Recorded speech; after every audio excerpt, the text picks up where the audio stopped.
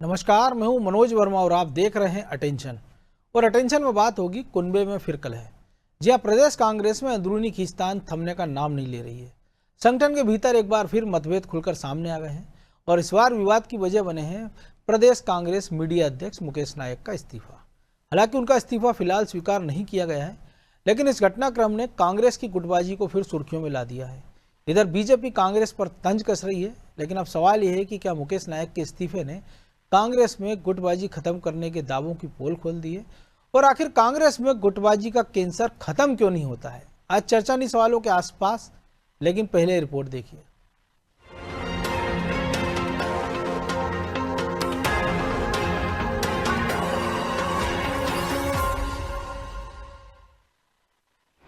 कांग्रेस नेताओं में फिर खींचतान, मुकेश नायक के इस्तीफे पर घमासान। मध्य प्रदेश कांग्रेस में सब कुछ ठीक ठाक नहीं चल रहा है। पार्टी के भीतर कई गुटों में बटे नेता आपस में खींचतान में उलझे हैं और इसी खींचतान का ताजा उदाहरण प्रदेश कांग्रेस मीडिया अध्यक्ष मुकेश नायक का इस्तीफा है। बताया जा रहा है कि उनकी नाराजगी की वजह कांग्रेस प्रवक्ताओं के टैलेंट हंट कार्यक्रम से जुड़ा विवाद है। दरअसल मुकेश नायक ने 13 सदस्यीय टैलेंट हंट कमेटी का गठन किया था और पूरे प्रदेश को 6 क्लस्टर में बांटा गया था, लेकिन मीडिया और कम्युनिकेशन विभाग के प्रभारी महासचिव अभय तिवारी ने इस समिति को निरस्त कर दिया। इसके बाद मुकेश नायक ने अपने पद से इस्तीफा दे दिया। हालांकि इस पर अब कांग्रेस का क्या कहना है वो भी सुनिए। कभी कभी कुछ घटनाएं इस तरीके की होती हैं, छोटी मोटी घटनाएं। परिवार है इतना बड़ा और मीडिया में वो सबसे वरिष्ठ सदस्य हैं, उनके द्वारा उनके निर्देशन में युवा टीम भी काम कर रही है, पुरानी और नई टीमों का संगम है। इसलिए कुछ कुछ चीजें ऐसी होती हैं जिसकी वजह से कभी व्यथा हो जाती है, लेकिन उसका जो है समाधान हो गया है। नहीं, देखिए, कमेटी का जो गठन है वो एआईसीसी के मापदंड के हिसाब से मध्य प्रदेश कांग्रेस कमेटी के द्वारा किया गया था। तो जो कमेटी 13 सदस्यीय थी वो 13 सदस्यीय कमेटी ही अभी काम करती रहेगी निश्चित रूप से। गौर करने वाली बात यह है कि इससे पहले 9 दिसंबर को संगठन प्रभारी महासचिव संजय कामले टैलेंट हंट को लेकर एक अलग कमेटी का गठन कर चुके थे। उस कमेटी में मुकेश नायक का नाम शामिल नहीं था। उस वक्त मुकेश नायक ने कहा था कि इस कमेटी के गठन में उनकी सहमति थी, लेकिन अब उनके इस्तीफे को लेकर बीजेपी ने कांग्रेस पर हमले तेज कर दिए हैं। बीजेपी का आरोप है कि कांग्रेस गुटबाजी और आपसी संघर्ष में उलझी हुई है। देखिए, कांग्रेस कभी सृजन का काम नहीं करती, कांग्रेस केवल विध्वंस का काम करती है। और जो विध्वंस का काम देश के लिए करते हैं, उनकी पार्टी का भी विध्वंस ही हो रहा है। राहुल गांधी हो या कांग्रेस का कोई भी नेता हो, उसे केवल ऐशो आराम की राजनीति करना, उनको संगठन से, अनुशासन से, संयम से कोई लेना देना नहीं है। कांग्रेस तार तार है, संगठन तार तार है। भले ही प्रदेश कांग्रेस अध्यक्ष जीतू पटवारी ने मुकेश नायक का इस्तीफा अस्वीकार कर दिया हो, लेकिन सवाल अभी बरकरार है कि जब पहले ही एक कमेटी बन चुकी थी तो दूसरी कमेटी बनाने की जरूरत क्यों पड़ी? और सबसे बड़ा सवाल, कांग्रेस में ये गुटबाजी आखिर कब खत्म होगी? ब्यूरो रिपोर्ट, अनादि टीवी।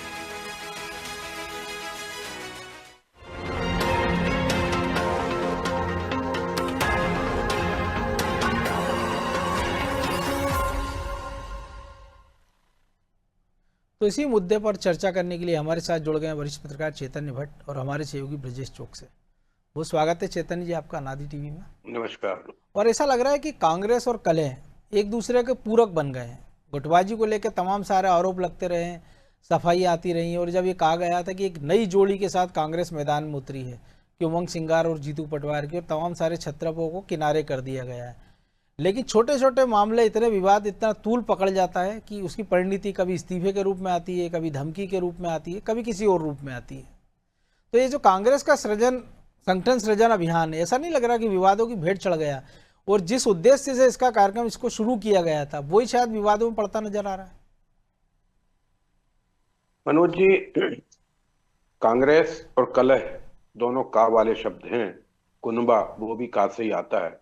तो मुझे लगता है कि कांग्रेस में जो गुटबाजी है और कलह है, इसका निपटारा अभी तो निश्चित अभी तो संभव नहीं होता है।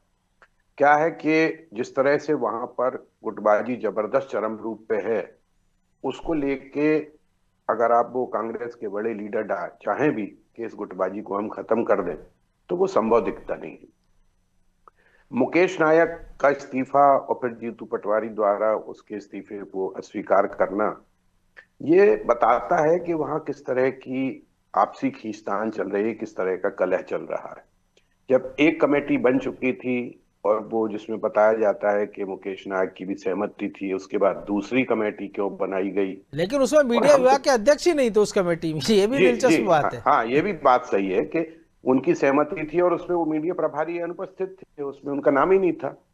तो जब वहां पर स्थिति इस तरह की हो गई है और इस स्थिति को लेकर आप भारतीय जनता पार्टी जैसे एक अनुशासित और जबरदस्त संगठन से मुकाबला करने की बात करते हो, तो ये एक देवा स्वप्न हो सकता है, मुझे तो लगता है। जी।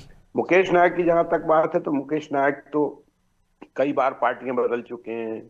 वो तो महर्षि महेश योगी की एक पार्टी उन्होंने बनाई थी, अजय भारत, जिसमें उन्होंने तमाम उम्मीदवार खड़े किए थे और उस पार्टी का आज तक पता नहीं। फिर वो उमा भारती के साथ भी चले गए थे, फिर कांग्रेस में आ गए थे, अभी मीडिया के प्रभारी हैं।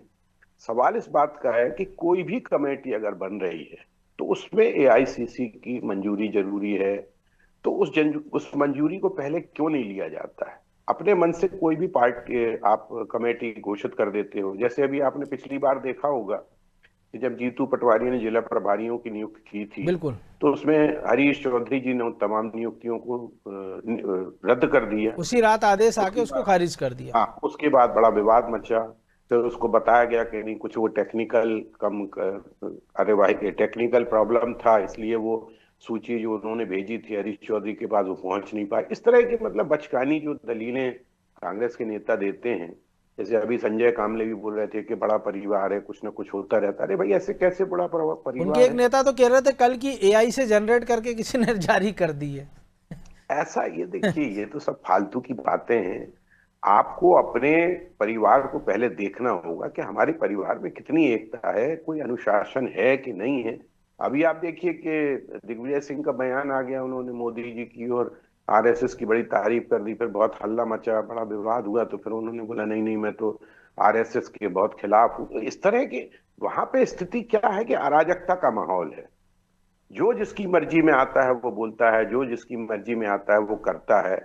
तो ऐसे परिस्थितियों में आप कैसे मुकाबला कर पाओगे किसी एक बहुत मजबूत पार्टी से? ये कांग्रेस को सोचना चाहिए। और दूसरी बात ये है कि सबसे बड़ी बात जो है वो ये है कि हाईकमान क्या करता है। इस तरह की मध्य प्रदेश में अगर आपसी खींचतान चल रही है और इसी खींचतान के चलते आप 15 महीने की आपकी सरकार भी गिर गई थी।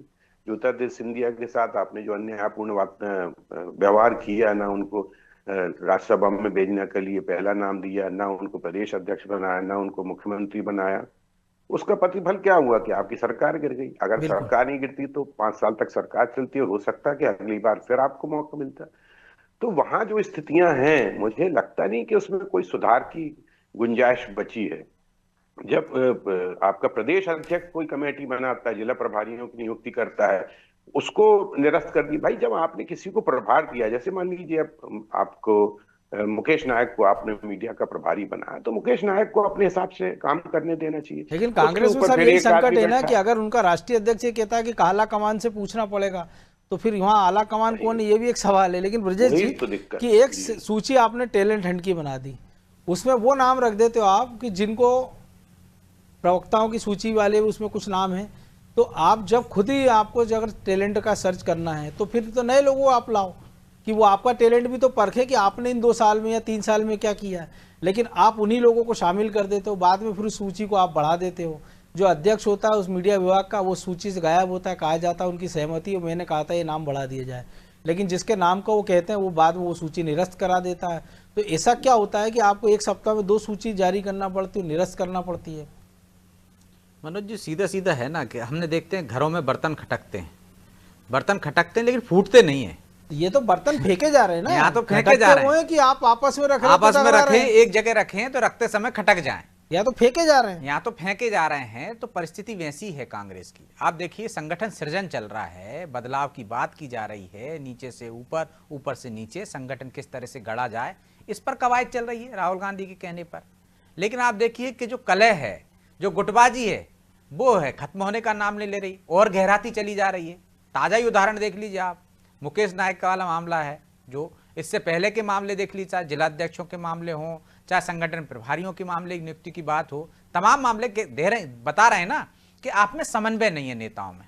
यदि समन्वय होता, चर्चा होती, तो निश्चित तौर पर आपको ये परिस्थितियों का सामना नहीं करना पड़ता, आपको निरस्त नहीं करना पड़ती। यदि आपने मुकेश नायक से बात की होती, उन्हें प्रभारी बना लिया जाता, वो एक अलग बात है। और किसी ना किसी ने तो इस सूची को भी सहमति दी होगी, लेकिन आप जारी कर दी, आपने सहमति दी है, यदि नहीं दी है तो कौन, किसके कहने पे मुकेश नायक चल रहे हैं? अध्यक्ष यदि निरस्त कर रहे हैं तो अध्यक्ष के कहने पे चल रहे हैं क्या?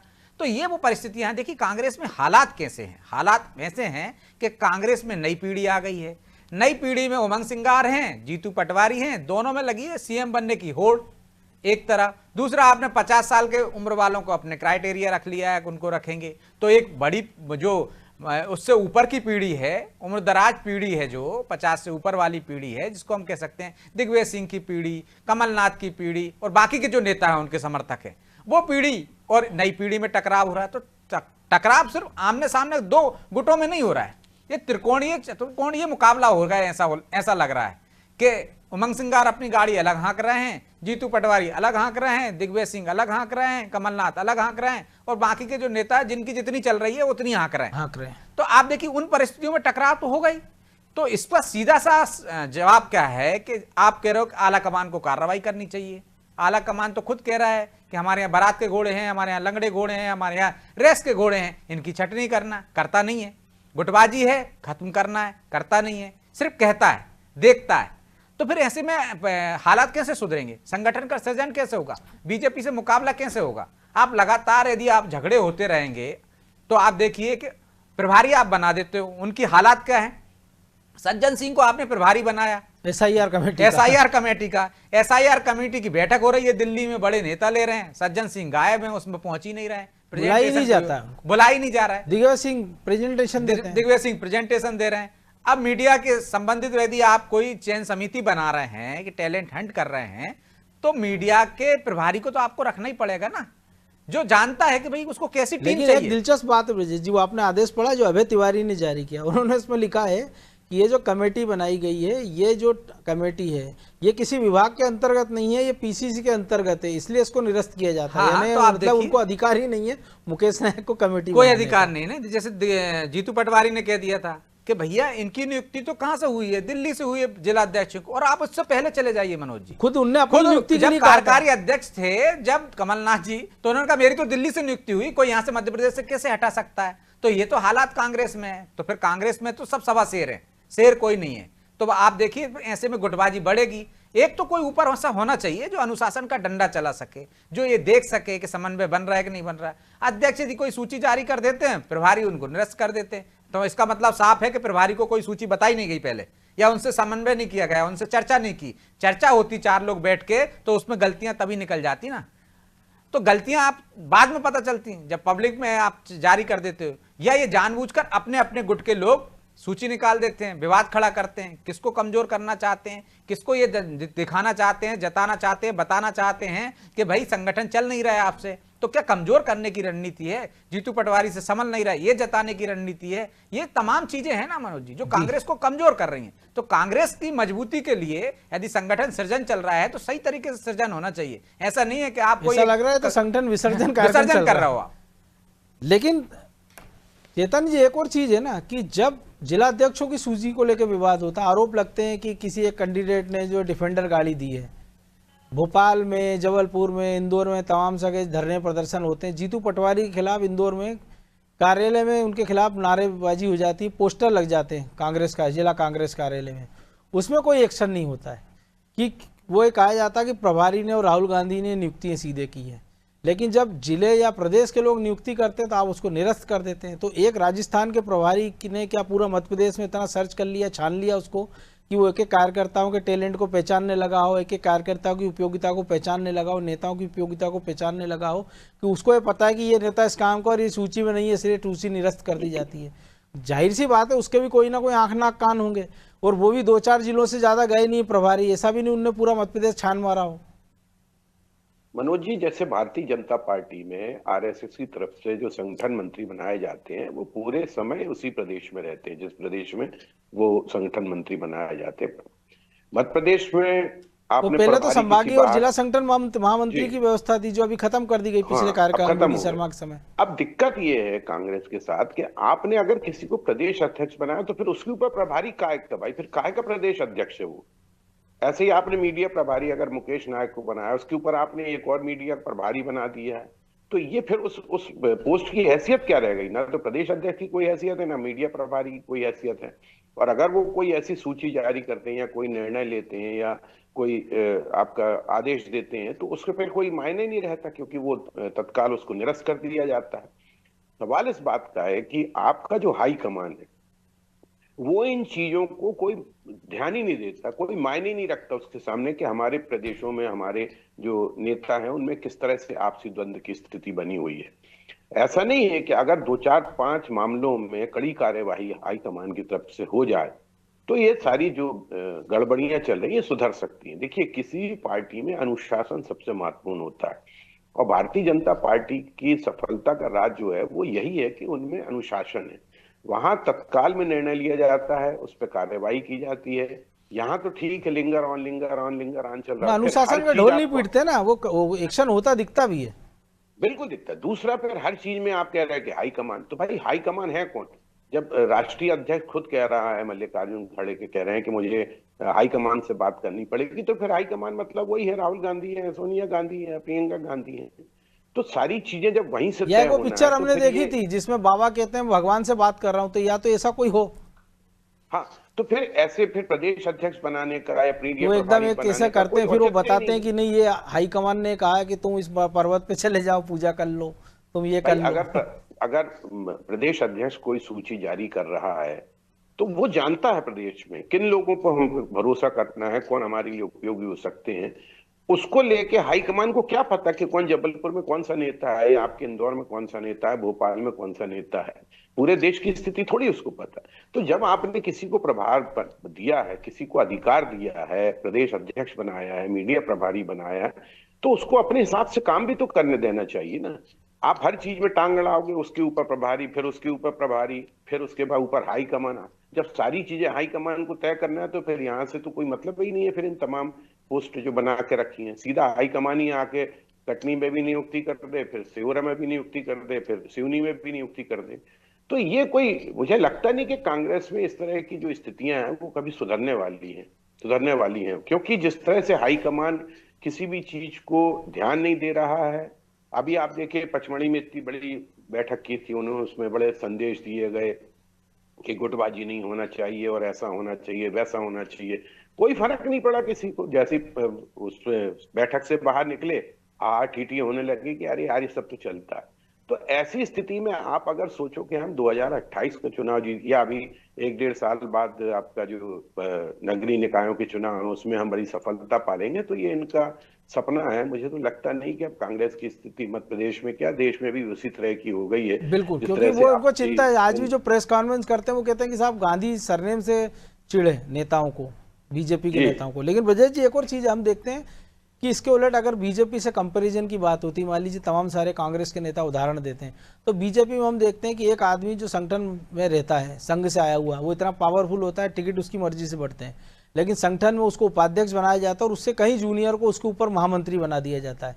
लेकिन एक भी सुर नहीं निकलता है विरोध का कि ये साहब हमसे तो जूनियर था, ये हमारे ऊपर बड़े पद पर कैसे आ गया है। आप देखिए, राष्ट्रीय अध्यक्ष का सबसे बड़ा उदाहरण है।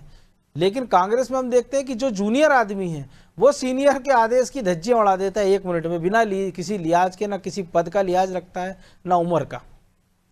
निश्चित तौर पर आप देखिए मनोज जी, वहाँ पे पद की कोई वो नहीं है, व्यक्ति की वक़्त है। आप देखिए, प्रधानमंत्री मनमोहन सिंह थे और उनके कानून को फाड़ता कौन है? राहुल गांधी। तो वहाँ तो परंपरा है ना भाई, आप पद का कोई महत्व नहीं है। खड़गे जी हैं राष्ट्रीय अध्यक्ष, सुन किसकी जा रही है, चल किसकी रही है, आला कमान कौन है, हाई कमान कौन है? राहुल गांधी, सोनिया गांधी। वो तो अनिवार्य शर्त ही ना कि वही रहेंगे। हाँ, वही रहेंगे। तो वहां तो ये होना ही है।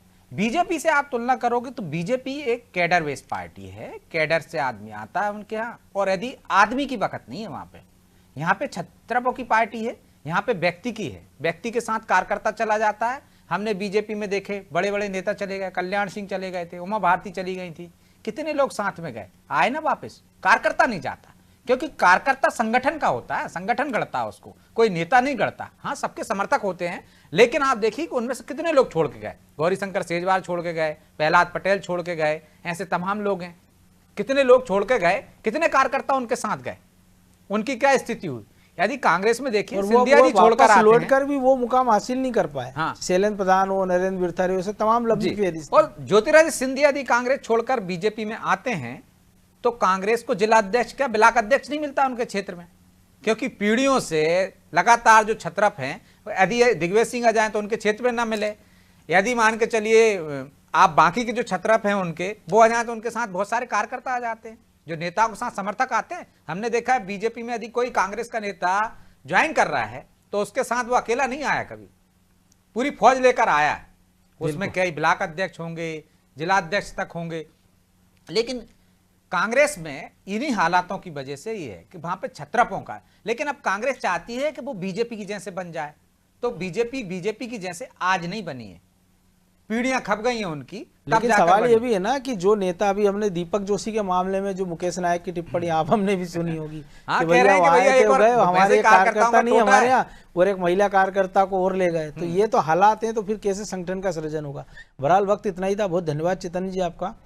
तो कुनबे में पहली बार ना कलह हुई है ना आखिरी बार कलह है, लेकिन सवाल ये है कि जब एक आदमी को आप जिम्मेदारी सौंपते हैं तो फिर उसको एक जिम्मेदारी अगर दी है तो फिर उसके निर्देशों का पालन कराया जाए, या उसको बता दिया जाए कि आपको ये करना और ये नहीं करना है। और ऐसा तो है नहीं कि मुकेश नायक कल के आए नेता हैं, छात्र राजनीति से उन्होंने कांग्रेस में शुरुआत की, मंत्री रहे, लंबी पारियां खेली उन्होंने, और अब भी किसी भरोसे के साथ उनको पार्टी ने लाई थी, जिस जिम्मेदारी दी गई थी। और अगर इस तरह से आप वरिष्ठ नेताओं का अपमान करते हैं तो फिर कैसे आप संगठन का सृजन करेंगे और संगठन को मजबूत करेंगे। अटेंशन में आज इतना ही, मुझे दीजिए इजाजत और आप देखते रहिए अनादि टीवी। नमस्कार।